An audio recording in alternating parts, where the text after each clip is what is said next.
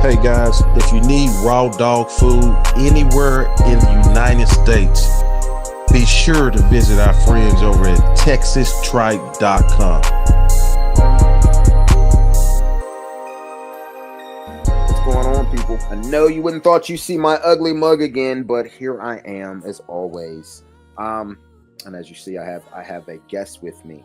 But before I let this man introduce himself and tell you a little bit about himself, just to let you know, January, because we're December, we're like coming to the end of December. So in January, you're going to start seeing parts of the history of the reptile trade drop slowly but precisely.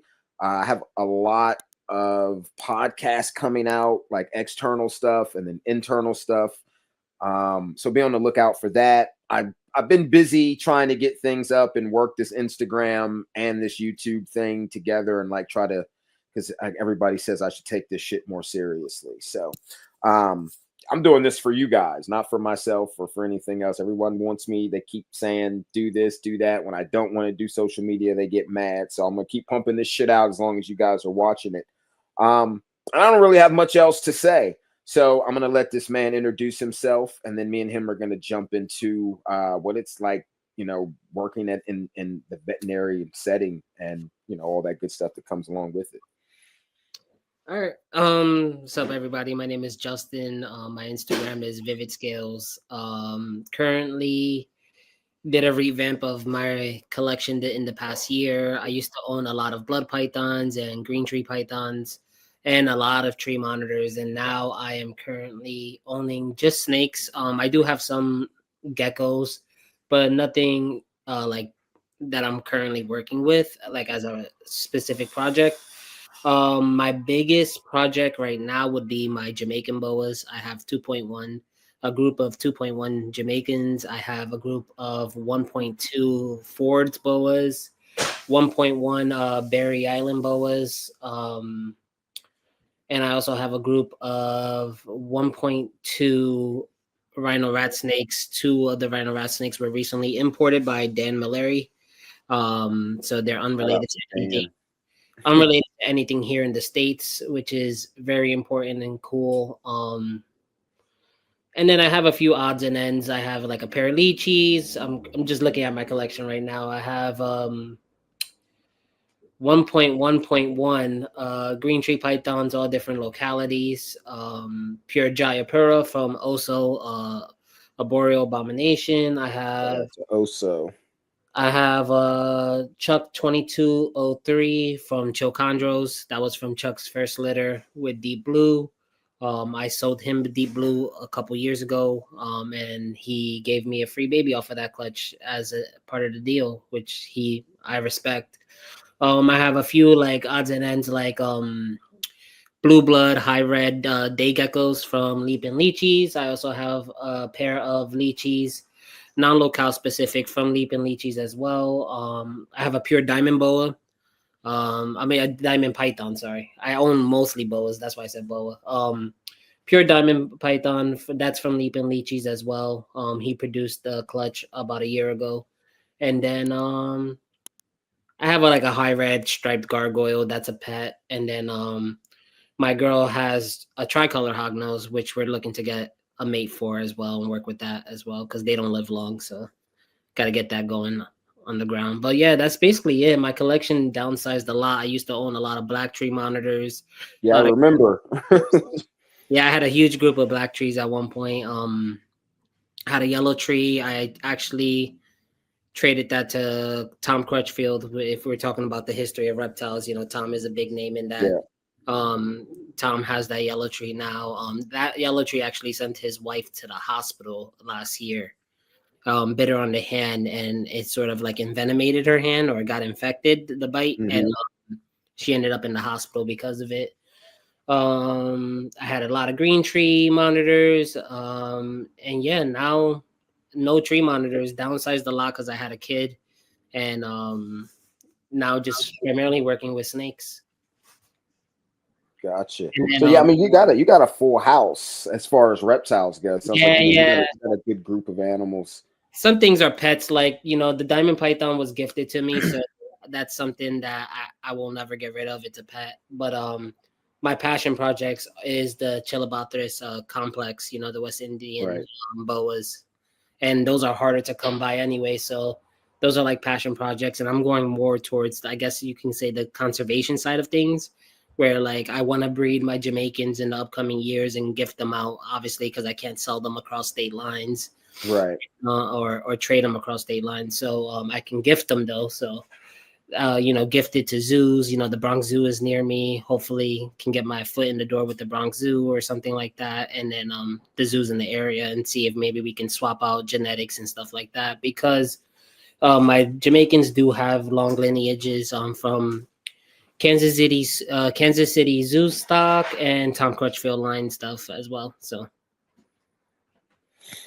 Yeah, that's interesting. That's good. I always hope projects like that get off the ground, because we need more. We definitely need more stuff like that. Especially, it's just so weird that you can't ship those boas, but I can like get cobras like to my house all the time. Like I can. It just doesn't make, like, some of the laws just like don't make sense. But yeah, no, you've got quite the zoo over there. Plus you've got canines. And then you work full time as, what's your exact title? Because I don't want So to screw it up. I actually am a senior operations manager for Vetco Total Care. So I do multi-site. So I'm a manager. I'm currently managing 2 hospitals in 2 different states. So one in Mount Vernon, New York, and then the one here in Jersey.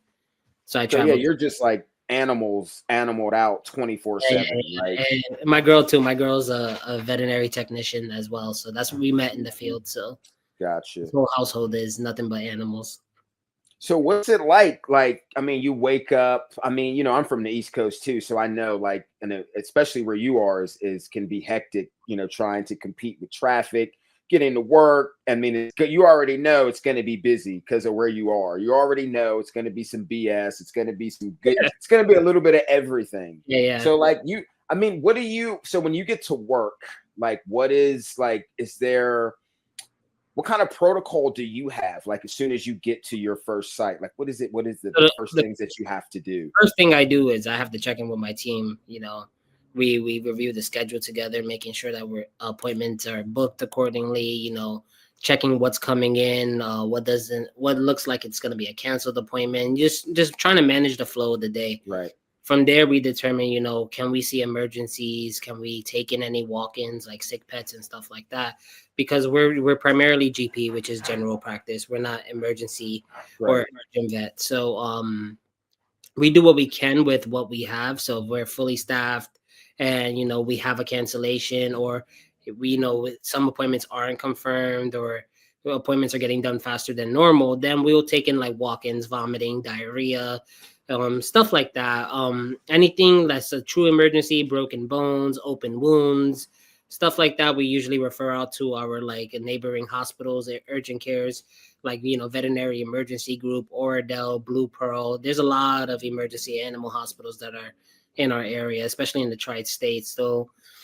So that's what we usually refer to. But primarily at my practices, we do vaccines, we do illness appointments like vomiting, diarrhea, dental cleaning, spay, neuters, general practice stuff.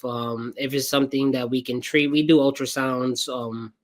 We do some, on rare occasions, we do specialty surgeries like splenectomies, cystotomies, enucleations, stuff like that. But it's all based on doctor comfort. So the majority of the animals that you see, do you see a ton of exotics, or are there no exotics coming in, or is it just all like domestic stuff? It's all domestic stuff. We cats, dogs. If it's really based on a doctor's comfort level. At some other practices within the same company, if a doctor does see exotics, they'll see them.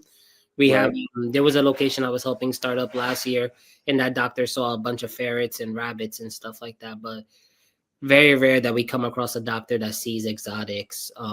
It's just get a lot of calls to a lot of people, because when people call around, a lot of times they don't know, so they have to call and see. Do you get a lot of calls daily about like exotic, like people like, hey, I need a vet for exotics. So you treat this like birds, reptiles, or most specialty hospitals like Oradell, AERA, Animal Referral Center, even some veterinary emergency groups are starting to see exotics.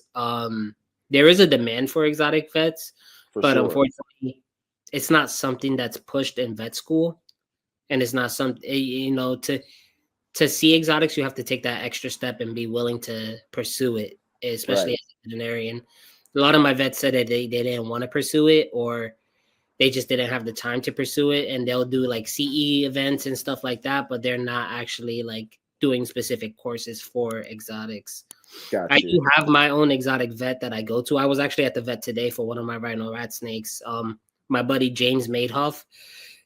His Instagram, I think, is called Doc Reptiles. He's bred green tree monitors. He's bred a bunch of stuff. My blue line rhino rat snake is actually from him, and he's my exotic vet. He doesn't even work for my company. He's a different practice, but I go to him all the time for my sick pets. So on a daily basis, like how many? So you're traveling between sites during the week, like every day. You could be at both sites, or is it like you're So here on a Wednesday, Monday? Monday, I alternate days. Gotcha. My commute to Mount Vernon, New York, is about an hour and a half. Okay, it's a Most drive. 45 minutes of that hour and a half is being Traffic. stuck on the George Washington Bridge. Yeah, I know how that is in like in Once I DC. get off Like, the bridge, it's smooth sailing. But getting onto the bridge, right, on the bridge is a different story. That's right. traffic itself. Yeah, And no, I got you. Pool is killer too. Yeah, that's like 16th Street and Georgia Avenue in DC, like coming up there during rush hour or like going to work or leaving, like you're better off taking the train Yeah. because you're gonna be sitting there for quite some time. Like, And to my location in Jersey, it's about a 35-minute drive, so not too bad. My location in Jersey is more established. Mount Vernon opened up just this past year. I've been in my Jersey location opened up 3 years ago. I've been with this company for 3.5 years. So I opened up both locations, but my Mount Vernon location just opened up this past year. So we're still going through a bunch of odds and ends in establishing a clientele and making our name and putting our footprint in the neighborhood there. But my other hospital is established, so I rarely go there. I only go there gotcha. to make sure like the scheduling is done. My assistant manager is running it as if it's her practice, and then I have Right, a chief of staff doctor over there as well. right. So, how many, if you know, on average, how many people come in and you would say have insurance versus people who don't have insurance? Because So, I'm actually I'm not even gonna comment. I'm just gonna let you just you tell me. I have an idea of what I think, but so we push insurance a lot. Obviously, the way insurance works at our practice is that we don't accept payment directly from the insurance companies. They pay out of pocket, they file a right, claim and with the then insurance company, and then they get reimbursed for it. right. A lot of these companies are also offering like what they call our like wellness plans or like rewards programs. So like for my company, we have something called Vital Care, and basically it's like a rewards program. So it'll cover like an office visit, and then you'll get for every dollar you spend, you get like a certain amount of money in like Petco bucks back. But it doesn't cover like any vaccines or illnesses. But then we also offer packages, which are like preventative care packages. So for like a set price, you get these vaccines, you get a fecal, you get blood work, heartworm testing, all that stuff. That's all preventative care stuff. But for example, like my job also teamed up with Nationwide Pet Insurance. So like my Right. dog is on Nationwide right now. Okay. For any injury, illness, and stuff like Right, that. right. Yeah. So I'm actually glad you said that, especially since you said that Nationwide, because Nationwide, still to my knowledge, is the only people that are offering some type of reptile insurance, even though it's not necessarily like conducive with large collections, it does exist. Yeah. But unfortunately, since you don't see exotics, because I would love to see. I know Eddie has it for some of his tree monitors. And I know a couple other people that got it, but yet that no one's had to use it yet. So just to see, exactly how great it is or isn't, because I know a little bit about like my journey in the last like 6 or 7 years of trying to get insurance and the registry and pushing all that stuff for us. Which is a part of the reason I wanted to have you come on here, because one, the guys that do what you do, the vets and all that, like a lot of them, in my opinion, like you guys don't get enough recognition. Like Yeah. it's always like who's breeding this, who's got that, who's importing this, you know what I mean? Like, and that's cool, but at the end of the day, none of that shit matters without, you know, yourself and people like you, because whether you're doing dogs or frogs, it doesn't matter. Like someone, you know, we need more of that. And the fact that, so it's like, the fact that it's like you said, that there is a demand for it, but yet it's not being supplied is kind of sad, because then that leads us to kind of take things into our own hand. And then you get a lot of faulty care and misinformation coming back into the community.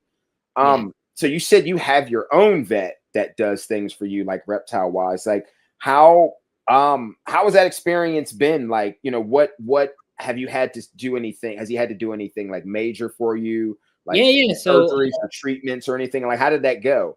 So one of the rhino rat snakes from Dan Mallory ended up with an RI. It could have been from the excessive travel and stuff like that, because they just came in about a month or two ago. Right. Brought it to my doctor last week, 2 weeks ago, for possible upper respiratory, because I saw it open mouth breathing. Brought it in. We started antibiotics on it, injections. We also did panicure to deworm it just in case there was any intestinal parasites. And then about a couple days ago, I just noticed, I went to go do like a wellness check on it, change its substrate, and I noticed its mouth was swollen on the left side. And its eye was really swollen as well. And I'm like, what the hell? So I ended up making like a recheck appointment with James, my doctor. And today, actually, he was like, yeah, I noticed that swelling is there. He goes, but it doesn't sound like it has an upper respiratory anymore. I says, no.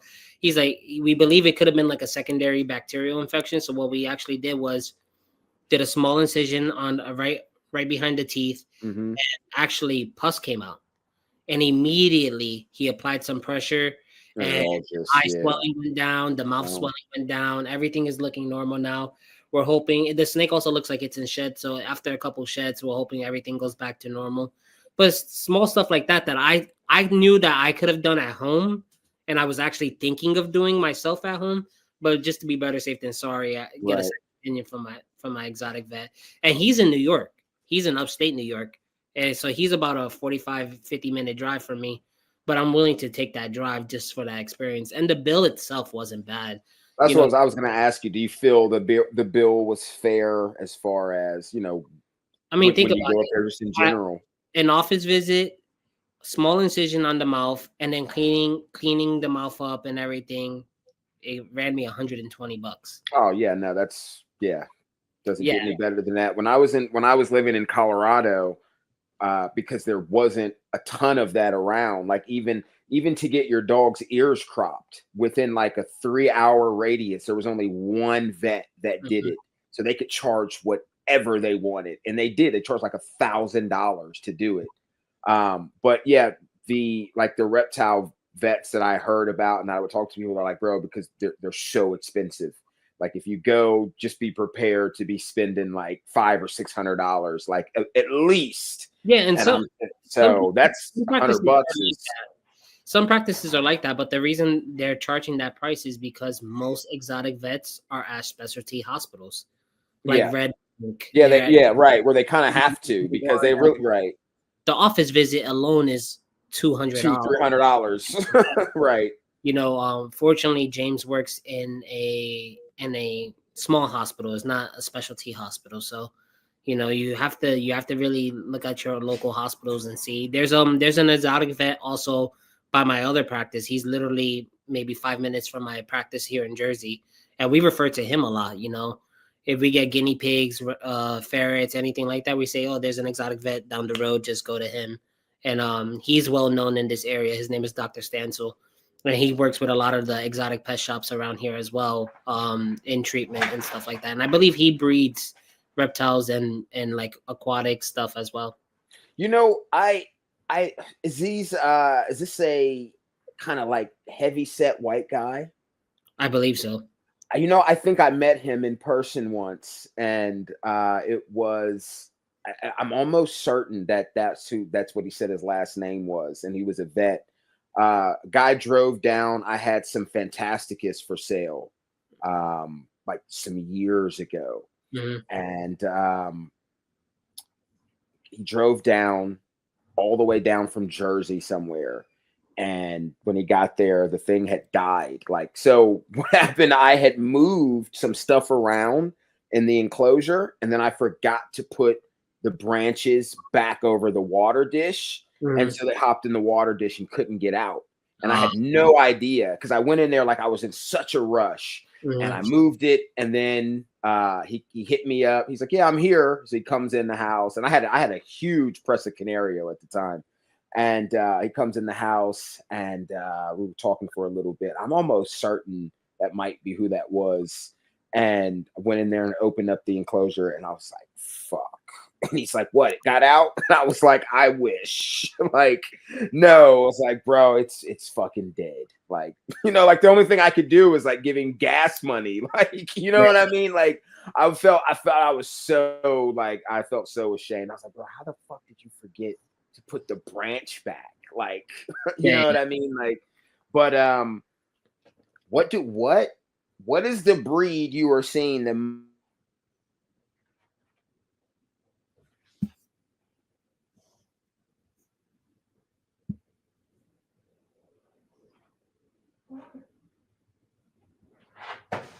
Hey, Rain, I think you froze. That's weird. Okay, there we go. I don't know what happened there. But... so the breed I'm seeing the most in my field. Yeah, like coming in for whatever reason. It doesn't have to be something specific. Yeah, so I can tell you the top 3 breeds that we see the most. Golden Doodles, any doodle mix. Yeah. Labradoodles, any doodle mix. Frenchies. And then it's hard to say. Come on, American Bully. Come no. we get a good amount of American. I think it's died down a lot. I would say American Bully is the most neglected dog. Oh, for sure. For sure. There's so many of them now. It's like the ball python of dogs. Yeah, so I would say top 2 would be I would say Husky. We see a lot of Husky. Yeah. There's people who get these dogs because they look like wolves, so-called, and then they don't know what they don't know the energy levels. They don't know how to treat them. And then most of the Huskies that come into vet med are just untrained like savages. They don't like to be restrained. They got to be sedated for everything. It's insane. But Golden Doodles and Frenchies. And a lot of these Frenchies are imported Frenchies. They're not even like U.S. bred Frenchies. They're coming from Mexico, Colombia, DR. People are flying them in and then reselling them or breeding them. Same thing with English Bulldogs. A lot of these English Bulldogs are coming from South America because they come in with all that paperwork and stuff like that, Yeah, it's definitely a lot of that stuff is going to change now when they implement this new law next year, the 6-month-old law. I don't know when it's supposed to start exactly, and then like IATA just changed their shipping laws for like commercial shipping of animals and things like that. But it's supposed to now the dogs have to be 6 months old or older before they can get on a plane. So I mean, it's going to stop a lot of business. Yeah, it's going to, especially with certain breeds. Like no one's going to want a 6-month-old Cane Corso or a Presa or or any dog along that lines at 6 months old. No, people are going to be like, "I'm good," and then they're going to opt for either buying trash over here or another breed or just nothing at all. So well, airlines and their guidelines are changing as well, which is making it near impossible to travel with a dog as well. So, I was going to say, well, they're trying to just cut it out, like unless it's like an emergency animal. For like example, they don't even. We bought I guess you could say like a half sister to my dog. Bought another Cane from the same breeder, but it was getting shipped out to my girl's boss's house in DR because he already has a Cane out there, a working dog. He has a Cane and a couple Rotties, I believe, and they're all working dogs. They guard like his property and stuff. And he wanted a female Cane, so we went and bought him a female from the same breeder down in South Jersey, Cherry Hill area, and we wanted to ship her out, and the guidelines was like she had to be under 20 pounds, Yeah, she and stuff like that. So we had to choose the runt of the litter because all these puppies were well over 20 pounds. So we ended up having to pick the runt of the litter and ship her out immediately. So same day we bought her, she got vaccinated and everything. The next day she got her ears cropped, and then the next couple of days after that she was on a plane out of here with stitches in her ear and everything like that. Yeah, cargo's been getting funny lately. Like even a lot of the, I don't want to say like not, because I guess you would consider them they're like not major airports, but they're not small airports like Erie, Pennsylvania, or somewhere like that where these decent sized cities have their own. A lot of them that used to do Delta cargo for dogs and reptiles, like they're cutting it out. And then through, remember in COVID, they wouldn't do Delta cargo for that whole entire time. They wouldn't do, and that's why what's his name started doing the that little courier service for the venomous reptiles, because they wouldn't, they wouldn't do it anymore. But I'm not surprised. I mean, they want to stop all this stuff anyway. So it's just little things that some people don't even notice, like what you were saying. That once they stop that, then the only way you're going to get your animal is through a courier service. And imagine paying for a dog from New York to California. You know what I mean? Right. So that's a lot. I had a micro bully that I had bought a while ago, and she was considered brachycephalic, so the airport wouldn't take her. So I had to pay for a dog service. Work cross country, but I had to wait a month for her because and they're not gonna just come and deliver one dog. No, a month is a while, but generally they have like 3 or 4 dogs with them. No, they waited until they had about like 10 dogs, and then did a cross country trip. And I can tell you, out of those 10 dogs, I could tell you maybe 6 of them were American bullies. Oh, I'm sure. I'm sure. And then she finally made her way, and then unfortunately she didn't live a long life.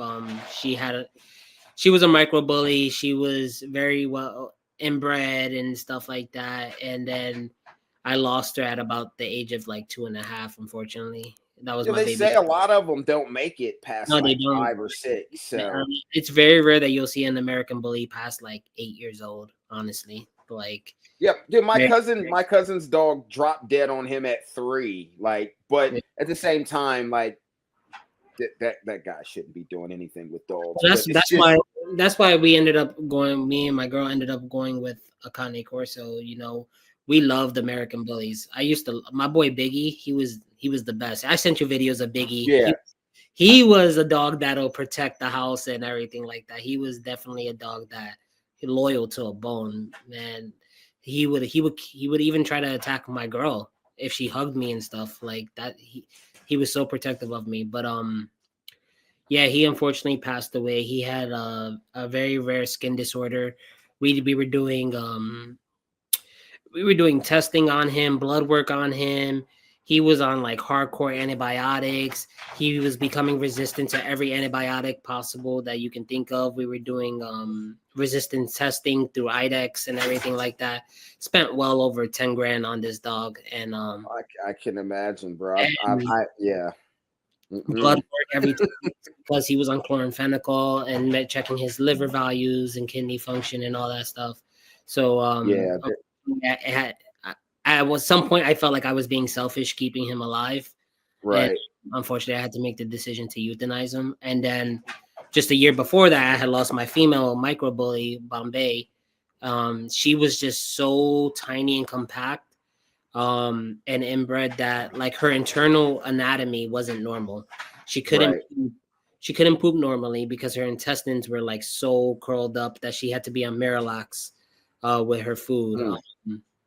Even when we spayed her just to see if that would help as well, to reduce any. Probably made things worse. Like, and it helped a little bit with her defecation. Okay. Yeah, because there was less space there. We took out a lot of stuff, and even then, she had anxiety. She had separation anxiety. She would lose it without me. She was on Traz and gabapentin.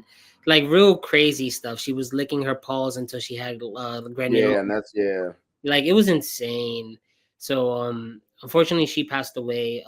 She had ended up with a mass in her abdomen, and I took her to a specialty hospital and everything. And the importance of insurance. I didn't have insurance on her, and took her to a specialty hospital. I paid about $3,000 for the first night. That included they'll get you. that included X-rays, fluids, and overnight care. Overnight care. They placed the nasal tube to feed her and give her fluids and stuff like that. She had an IV catheter in her, and then the next day she declined even worse, and she was vomiting through Serenia and stuff like that. So they were like, we can do surgery, but there's no guarantee that she's gonna make it. And then the surgery itself is gonna run you $6,000. Okay. Right. Yeah, no, I've been there before. Yeah. She's gonna need intensive care for 4 days after the surgery. Okay, how much is each day gonna cost? Another $3,000 per day. Yeah, that's like 8 dogs. So now we're looking at $15,000-$20,000. Yeah. And no insurance. I don't got 15-20K Right. to laying around. So unfortunately, the best decision was to euthanize her, and that took a hit on me. And then after that, I was a big advocate for American bullies, rescuing them. I can tell you right now the amount of American bullies we euthanize as people can. And that's what I wanted. Yeah, that's why I'm glad. Like I didn't even have to ask you. You just let me know, because I know it's high. I know it's high because there's just so much money behind the dog, and I mean, when you really think about it, from where it started, from its inception to now, it's been like almost like a gimmick. It's like it's not even real, because it went from crossing game dogs with show dogs and calling it a totally different breed. I'm like, well, you did some American Bulldog crosses, but they already did that. That's called a Scott dog. They already made that dog. So it's like you didn't even make anything real. And I think people saw that. And so from there, they're like, well, dude, this shit ain't even real. So now I'm going to make a little tiny one, and I'm going to make a big one. And now the dog is hairless. It went from fluffy to hairless. Like, you know what I mean? So it's like, what is an American bully? Like, you know what I mean? Like, what really is an American bully? Like, because I remember when that guy got killed in the UK. I don't know if you remember when those 2 dogs killed that guy in the UK, like right before they banned them. And then Dave Wilson, the guy over the ABKC, comes out, and he's like in such denial about the XL bully. He's like, oh no, I didn't, that wasn't my plan. I didn't have anything to do with that dog. That was never my original plan. I'm like, yeah, bro, that may be true, but here's where you messed up. You created a registry, and then you took those people's money. And now you're like, oh, I don't want nothing to do with you, but they made you rich. You can't do that. Yeah. So, like that didn't give them a good look. When the person who as far as anyone cares, you created those dogs. So now you're like, oh, well, that doesn't help. When the person who runs the group is kind of like straying away. And then when I have a veterinarian, and you're not the only one telling me, like, no, bro, I've seen, and I know in the beginning, probably, I'm not saying the beginning, but let's say from like 2015 to like 2022, the amount of American bullies being bought, sold, born, coming in and out of vets was phenomenal, and not in a good way. Yeah. Like it was crazy, like because everyone had that. The price people were paying, including myself, was insane as well. So it's also the fault of the consumer as well, Oh yeah, for sure. Don't get me wrong. American bullies, a healthy bully, a healthy, correct. It's a good companion dog. It's a beautiful dog. Yeah. Beautiful. You have that big blocky head, you have the cropped ears, you have that muscular build, but then you have that temperament where it's super friendly. It's a great family dog. It's a good companion dog. Yeah. Then, people with the XLs, I seen a lot of XLs get into some issues at dog shows. Oh yeah. Well, it's a band dog, man. Those XLs are so mixed up. Like I've seen DNA tests on them, and it'll be like when you're running Pressa, Corso, of course they're gonna have that. And you can't blame the dog for that. It's what Right. No, it's not right. It's definitely not the dog's fault. it's the same thing with what it goes back to me with people buying all these huskies. I can't tell you that I can get huskies for free if I want to, because the amount of people that are buying them, breeding them, and Yeah, I didn't know that they were so popular like that anymore. I remember they used to be. I get so many clients that come in and say, "Oh, my husky just had a litter," because they don't believe in spaying and neutering, which is fine, but then they don't also believe in controlling their dogs. Right. So now they have a litter of 10 husky puppies. They can't move them. No one wants to buy them. So now they're giving them away Giving for them free. away. Now, yes, the next person's going to come take this dog because it's a beautiful dog, not understanding that it's For a work year, dog. right? For 6 months to a year, then it's going to end up on Craigslist Exactly. or on the street somewhere. Like, we have a pack of wild dogs in my little mountain town. There's like 9 of them, bro. It's crazy. And they come out and they let you know that they're coming. Like, they come out and they're all barking and they're like raiding your porches and knocking over your trash. Like, I let my dog out on them like all the time, bro. He's gotten a couple of them because, dude, they're out like harassing old ladies trying to walk their dog. Like, they're menaces, man. Like, but no, bro, it's what you're saying is the information. That's like, this is the stuff that I wanted to talk about. Even though this is a reptile thing, but I wanted people to hear you talk about the insurance and how you guys push forward in the time that you didn't have it, and how that shit goes, because it also applies on the reptile end. Even though we don't have it to that extent, it is still available. But I think people need to really understand, like, why do you want to keep going to the vet? Like, I understand, like, it doesn't work for everybody, but I'm sure if there was a viable insurance that worked for your entire collection, and like me, I got venomous. So as soon as I tell them that, you think nobody's gonna insure that shit.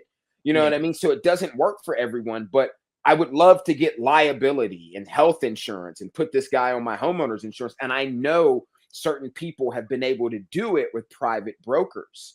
But here it is, you have a vet, a operations manager at veterinary hospital telling you about the importance of insurance and how it works. And even in his own situation, like, people, like, we have been messing with these reptiles for too long not to have some type of insurance. Plus, the benefits to insurance are go so far, because if you're $100 million a year deep into an investment into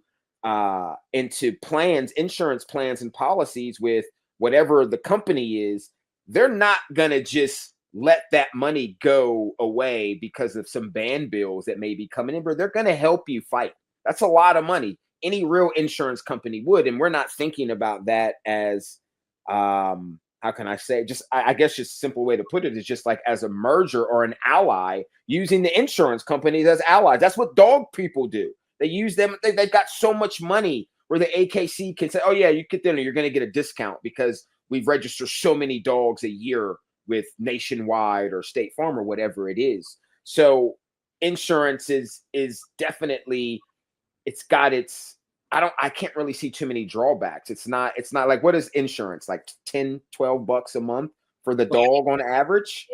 So a lot of these insurance companies, they go by breed. They'll ask you for the dog's information. They'll go by the dog's age as well. So if you get insurance when your pet is a puppy or your cat's a kitten or anything like that, it's going to be a lot cheaper than getting it enrolled as an adult or even a senior. A lot of things too is that you want to get your pet under insurance immediately, because they will not cover pre-existing conditions. So yeah, exactly. if you went and bought an American Bully or Frenchie, and all of a sudden you didn't get insurance when it was a puppy, and now it's a year old and it has a skin infection or ear infection because they're prone to allergies, then you can kiss insurance goodbye, because now it's considered pre-existing, and anything moving forward that has to do with allergies, they will not. They're not going to touch it. Exactly. If your dog broke a bone, your dog could have broke its front right leg, and then you put it on insurance because of the bill that you faced in the past, and now it broke its back left leg. They're not going to cover that. Your dog already experienced a broken bone. They're not going to cover it. So it's best to do stuff before. Yeah, right. It's about planning is what he's saying. Get it before you need it. Yeah. So my company is partners with Nationwide, so I don't even pay for it monthly. It just comes out of my pay stub. So I Right. don't even know how much I'm paying for it. 'Cause I got MetLife. I think it's like $10. It was like 14 when I had 4 dogs on there, but still, like that's not a lot for Yeah, so 80%, that 80% back. that's very cheap because I know insurances like Nationwide for my American Bully, they were trying to charge me like $60 a month. Really? See, even Not Nationwide, I'm sorry, Trupanion. okay.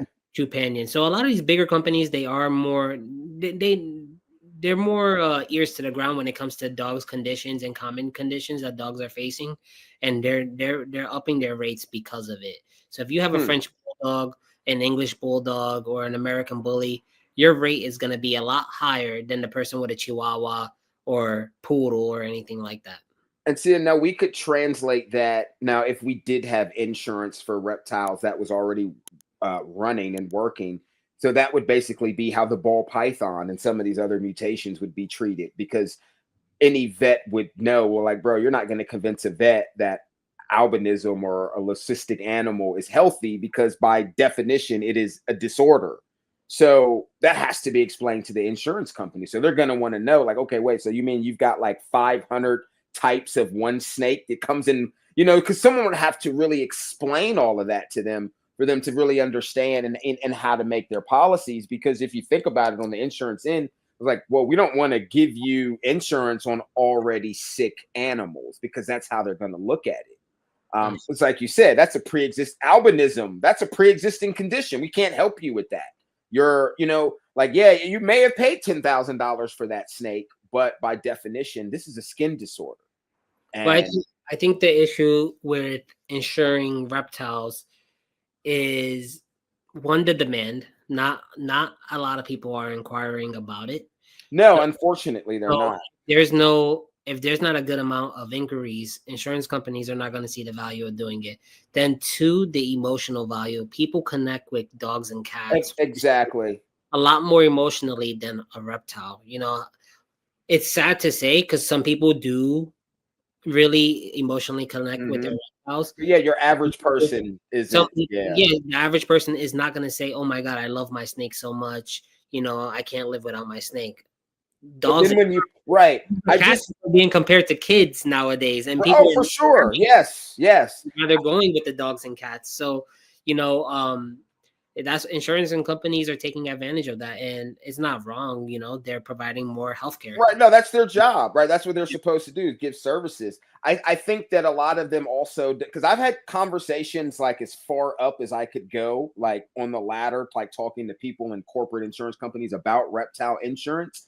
And a lot of them don't know that you have $20,000 reptiles. When I would tell them that and I would email them and show them, they were amazed, because, like you said, one, they're not thinking about it because enough people are. It's like, we don't have enough people inquiring about it to the right people, but we talk about it amongst ourselves, because I don't want to spend $15,000 on a Bolin's and then it dies in 6 months because I'm out of money now. Like, there's nothing, you're out. You should out of luck. Yeah. You should out of luck. Yeah. And for whatever reason that animal died, it's just gone. And so whether you have the money or you don't have the money, you're gonna feel that on both ends. The money's gone and the snake's gone. I have no insurance. It wasn't this. I wasn't on my homeowner's insurance. I didn't have this. And I talk to people all the time, and they're like, dude, I'd love to insure my collection. Do you know how I can do it? And I'm like, well, you would think that through some of the other avenues, like how you said your vet has linked with insurance companies, AKC has linked with insurance companies, like our USARC or who, and the other, I think there's one more group that we have, and some people overseas. Those are the people that are really supposed to be attaching us to those companies, because those are our voices. Yeah. And I'm like, well, that's why you don't have insurance. Like, well, I'd love to get, like, yeah, me too. That's why I don't buy a whole bunch of shit anymore, like, because of that reason. But then when I tell people about it, and I'm like, oh, Nationwide does offer insurance. It's $12 for snakes, $13 for lizards, and this is what it is. It's how it works. For the hobbyist, that's great. And I know a few people that got it, but yeah, your average person is like, and then I'm out of luck. It doesn't work. I'm telling you about insurance and I can't even get it on my shit. Mhm. You know what I mean? And I'm pushing for it at the same time.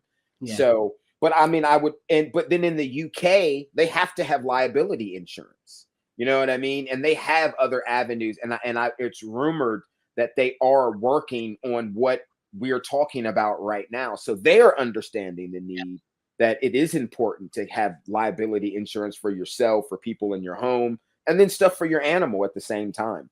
Do you? I definitely, I want to, you're probably, everyone's going to be asking everybody this question. I've been asked this question like 30 times this week.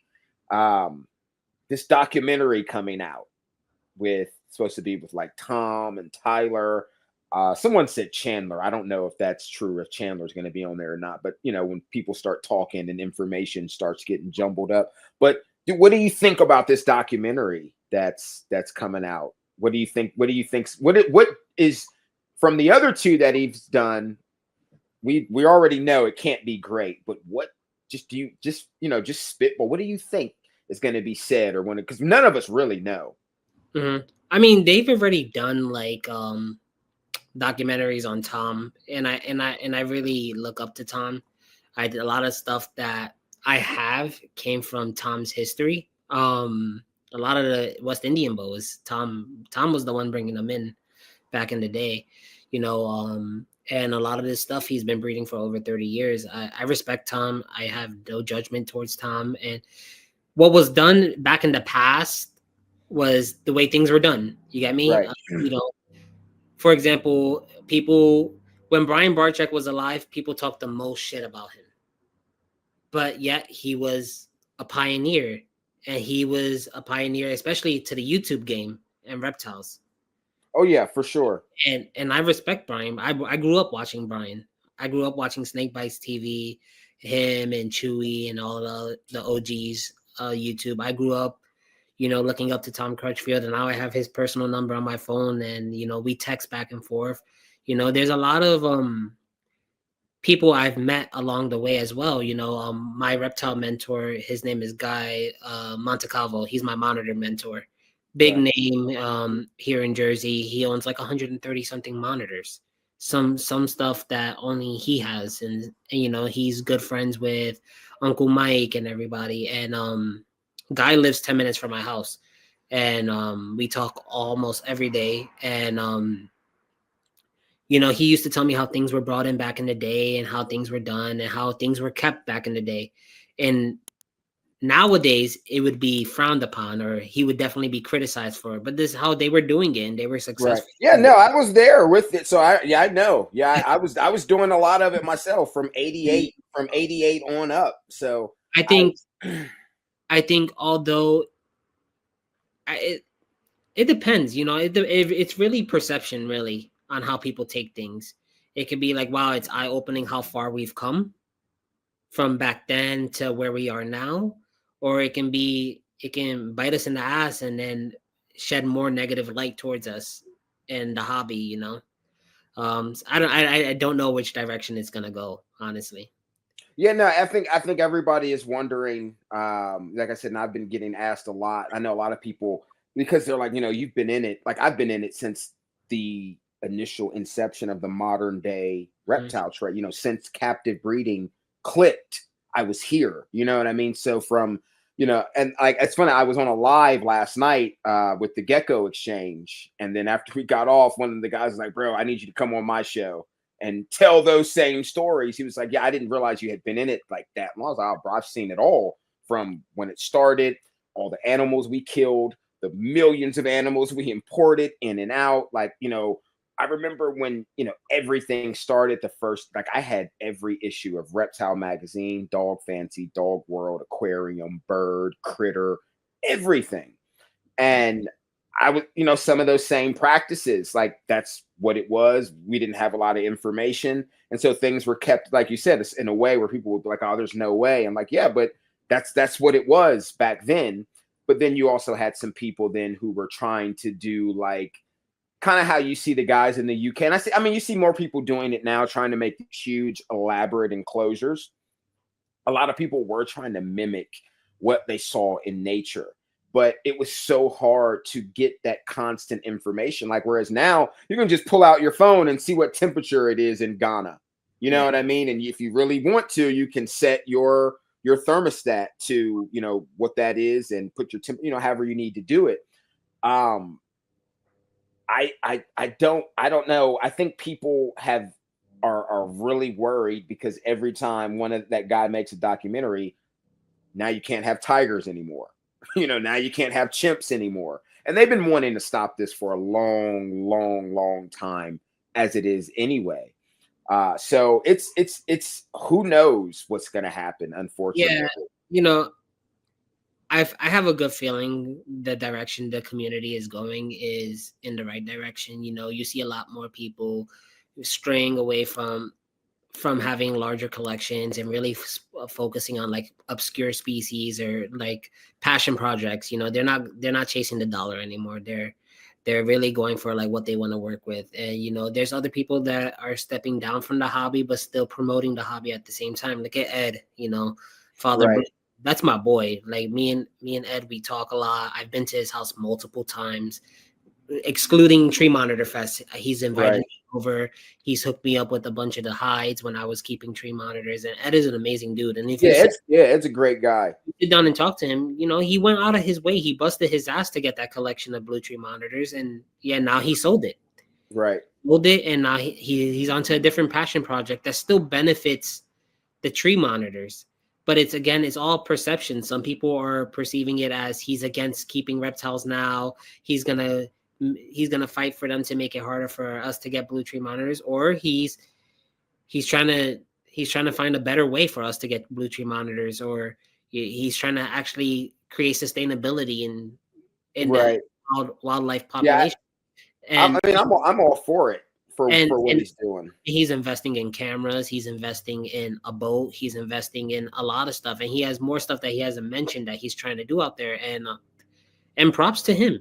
Props to him. For sure. Yeah. No, I've been helping Eddie a lot with him even going over there because I lived over there for 3 months, so I was one of the first people he contacted, and I'm like, bro, I will give you all the information that I can. That I have, like, here it is, this, that, and the other. You're going to need this, that, and the other.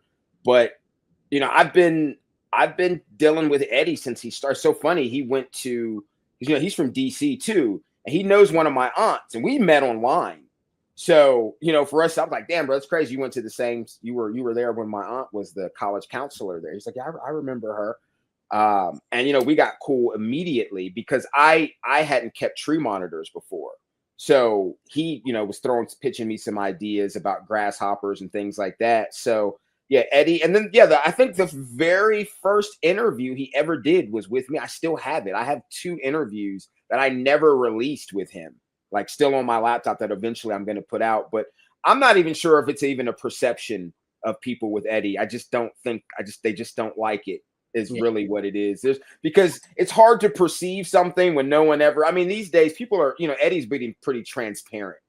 Mm-hmm. There's really, I don't see there's much to perceive when he's been telling you, like, bro, I just don't want to do it anymore. I don't, it's so funny. When me and Eddie talked about it, I said, Eddie, I've been to that same market and I felt the same way you did. But then I also had to remember that man still exists. And as long as man still exists, animals will always be in danger. Yeah. I said, so because of that, I chose to continue to keep animals in captivity. But I understand it. Yeah, but there is also like us being humans, we also have the opportunity to do what we can. Like this morning, I was watching a video with my girl on YouTube. Forrest Galante. Yeah. He went to a billionaire's private zoo. Yeah, I didn't get to finish watching it, but I started it. That facility and what they're doing with the elephants there is amazing. State-of-the-art equipment, ultrasound, radiology, the vets on staff. Like what that billionaire is doing for what he has at that zoo and the amount of space he has, it's amazing. And they're studying genetics in tigers, in captive bred tigers versus wild type tigers, and how they're calling the morphs, tiger morphs. They were calling snow tigers and hybrids. They were saying that their genetics are weak, and that's why they bought a private collection out, because the genetics are weak, to keep them in captivity. And then they also have pure tigers that they're hoping to breed and release in the wild. Like, it's amazing what that facility is trying to do. And if we have more people like that in the world, what Eddie's trying to do with Blue Tree Mobbing. Right. No, that's what this was supposed to be about. Yeah. You know what I mean? Like that's what it was supposed to be from day one. You know, there's other people in the private hobby that are trying to do what they can. You know, there's a lot of people, you know, to get a Jamaican boa is damn near and fucking impossible. Excuse my language. Right. Like, No, you're good, bro. I had to like really create friendships. I had to really prove myself to get the 3 Jamaican boas that I have. And even then, there's big names in the hobby that are like, how did you get these snakes? And there's people messaging me every day, how did I get my Jamaican boas? They've been trying for years to get Jamaican boas. And to be honest, the people that gifted me these snakes don't even want me to say how their names. Right. Because of the fact that so many people are in it, but then not everybody has the right intentions behind them, you know? No, for sure. I've met random people like who like I think you might have seen it because I know you watched my story. You might have seen it. I was just talking to some chick on my Snap who I posted a video from Brittany, Repta Girl, who's going to be coming on. I just posted one because I told her I'd post some of her stuff on my social. And then some random chick that follows my Snap, because I have like 3,000 people that follow it, just hits me up and says, what kind of snake is that? And I'm like, oh, it's a Boland's python. She's like, oh, I've never seen one, never heard of one. She's like, I bet I could make a lot of money breeding them. Like, you know, doesn't know anything about animals or reptiles, let alone, but is already looking at one of the most expensive as far as retail value goes and is considered one of the harder species to breed. And, you know, this is like a nobody. Like, oh, I bet I could make a ton of money breeding them. So yeah, you definitely got to watch out for that. I mean, you know, it's, and you know, like I know, it's not just with the reptiles, it's with dogs, it's with horses, it's just with anything, even food. You know, you got better food over here than you have over here, the quality. So you really gotta know, and that's why it is important, like you said, to build and really to have to build relationships with certain people, because do you want in my opinion, this is how I know some people get mad when I say it, but I don't breed. When I was breeding openly, I don't breed for everyone. My shit is not for everybody. You know, like everybody doesn't need a Presa and everybody shouldn't have and just like with a Corso or a Jamaican boa or a Cobra, like there's certain people that should have certain things, and you got to know what your fucking lane is and stay in it, because when you don't and you get in trouble, that affects all of us. Oh, absolutely. You know what I mean? And that's why a lot of people really gatekeep these Puerto Rican, Jamaican boas. A lot of people gatekeep where they get them from or what they're doing with them in the future. You know, there's people I've seen that have litters of Jamaican boas and stuff, and they won't gift them. They'll keep the whole litter, or they're working with zoos behind closed doors and stuff like that. And they won't break for anything as to where they got them or how they got them, because if it ends up in the wrong hands, or if one ends up selling across state lines and it's found out, or stuff like that, people get in trouble, and it's not worth the risk. It really is not worth the risk. And that's why like these snakes are like a passion project, and I owe it to the person that gifted the pair to me. I have, like I said, I have 2.1, but I owe it to the person that gifted me a pair to do right by them. Right. And they said it. They said, you know, he's sold me a lot of other snakes, a lot of other Chilibotheris, complex snakes, you know, like my Fords, my Berry Islands, all that stuff. So, you know, I owe it to him to do right by it. No, I understand that totally. We were just talking about this in the last 2 podcasts that I did, as far as giving their animals their due fucking respect, like for real. Like otherwise, why are you in this shit? Like you just here to be seen all of a sudden, like because of social media. Like, nah, bro, that's not doing a service to the animals. You're doing a disservice to them. You know what I mean? Like, and I agree. Like, I'm not hardcore gatekeeper, but I am, because I come from the canine world, and especially coming off of guys who were hardcore game dogmen, and you know, being very secretive, but there was still a way to get in. It's like you said, you just had to prove yourself. So, you know, like that's the thing with me. It's like I'll sit and I'll talk to you because I want to talk to people. I want to see what kind of person you are. You know what I mean? Because I don't like, even my podcast, I'm not for everybody, and I don't want everybody on my show, and I don't want to be on everybody's show. That's just not how shit goes. But you got to know yourself and know who you're dealing with. And me and you've been talking, for a couple years now. We have mutual friends, that I've known for some time, and that's kind of how I built my trust around you, because my Osa, he's like, nah, bro, he's good. He's like, homie always looks out. Like, so I'm like, all right, cool. And then I started talking to you, and I'm like, all right, so when I do my new channel, it's gonna be the first vet that I bring on and have talked to, because like I said, I feel like I know vets and people, vet assistants, people who do operations and private practice, they have their own channels and whatnot, and people watch them, but still at the same time, I feel like those channels don't necessarily get reached by a lot of people.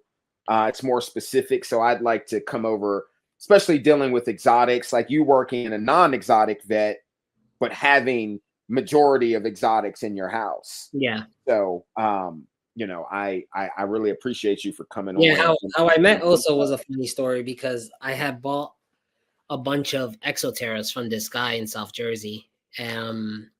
Bunch of Exoterras. It was like a killer deal. And it ended up, somehow the guy said, you can take all the Exoterras, but you have to take a snake with you. He's like, I'm out the hobby. I said, okay. I didn't bother asking what type of snake, and it ended up being a pygmy rattlesnake. Like a Florida pygmy. It was like the black and the orange coloration. And I followed the Melissa and also on Instagram for a while, and I saw that they were working with Hots. And I messaged Melissa, and I never met Melissa in my life. I messaged her and I said, hey, I have this Exoterra and a pygmy rattlesnake. I see that you're posting Hots a lot. Do you want it? I don't want it. Do you want it? And she said, yeah, I'll take it for free. So I meet up with Melissa, and then from there she took it, and then that's how I created like an online friendship between me and Deep Girl Reptiles. And then shortly after, I remember like I was asking her if she was going to Hamburg or something like that, and then she said, oh, if I can find a ride, me and my friend would like to go. So then I said, I'll give you guys a ride. So then I ended up giving her and also a ride, and then that's when we met. And then from there, we were going to expos all the time together. All the PA expos we were going to together. And then eventually, I convinced Melissa to quit her job and come work for me. And now she's one of my technicians at the hospital, and she's developing her skills in veterinary medicine, and she wants to take those skills and then push it towards exotics at another place or other company, which is what I hope she succeeds in, and she's been doing great in the field herself, learning a lot. And then that's how the connection went. And then from there, me and Melissa became very close, because, we see each other almost every day. Right. Work. And then, and me and also has kept in contact. I have one of his snakes here that he's produced. And it's that's my man. I've been friends with him for a while. Yeah. 2 of Oso snakes I got for him. That one mystery blue one that he has, I think he calls it like Azul. I can't remember. I don't know what he calls it, but that one. And then I think the other Aru that he had that was like a high white, I think it died on him. Yeah. But that's my homie, man. And Vinny, I think you linked up with my man Vinny too. Dude, that's my brother, bro. Like that's I met VC Reptiles Vince through Oso. Yeah, because Vinny told me, he was like, he came and got some cages from me or something like that. And I was like, that's fine. I was like, no, dude's cool, man. I bought a little 4-tub arboreal rack system from him, and because he was changing all his cages, and then he opened his doors. He invited me in his house. I saw the collection before the big switch up and the switches of cages, and then eventually, we kept in contact. He found out that I was a huge Lord of the Rings fan. That's something that a lot of people don't know. I'm a Lord of the Rings fanatic. To the right of me, I have a whole display case with just Lord of the Rings stuff. I know you. So and Vince is a big Lord of the Rings fan as well. So then a few times I've been to his house already. I've gifted him like a Lord of the Rings like anniversary book. He's gifted me cages and PVC supplies. Vinny and Chris are good people, man. They're great. great, and the collection that he has is amazing. And yeah, and even then, me and him talk, and most of the time it's not even about reptiles; it's about Lord of the Right. Rings. Right. Yeah, so Yeah. it's crazy the friendships I've developed throughout this hobby. You know, look at me and Chuck. Me and Chuck are like brothers, and I sold Chuck a snake before he even had like a big collection or he was successful. I sold him a female because my dog, I had an English bulldog back in the day, and she needed surgery. And I was doing anything to get that surgery money, anything possible. So I sold Right. off the whole collection, and I had a big pure Aru female, which is deep blue. And I sold it to Chuck, and I said, "Listen, I am so desperate for money. I'll give you it. I'll sell you her for this price." And if you and he says, "You sure you want to sell her to me for that price?" I says, "I need my dog is more important." I says, "I need my dog needs surgery. I want to get it done." So I sold him the snake for a steal, and he said, "Because you sold me this female." He didn't have females at the time. He said, "Because you sold me this female, whenever I get lucky with her, I'm gonna gift you a baby." And then 4 years later, he got lucky with her, and then gifted me that baby. That's what's up. Yeah, and he held his word. And even now, we talk on the phone. I go like he invites me to his home all the time. He offers drinks, food, whatever, whenever I'm there. And he's a great dude. No, Yeah. that's what's up, man. Well, shit, bro. That's on that note, man. I think that's a good place to end, man. I didn't want to keep you for too long, but no, Justin, I really appreciate you for coming on. I really enjoyed this chat. I mean, I know we talk all the time, so but this is the first time we've done a. Is this the first? Is this your? No, you've done a podcast before, right? I Did think. a live with Marlon one time, exotic reptile keeper. Yeah.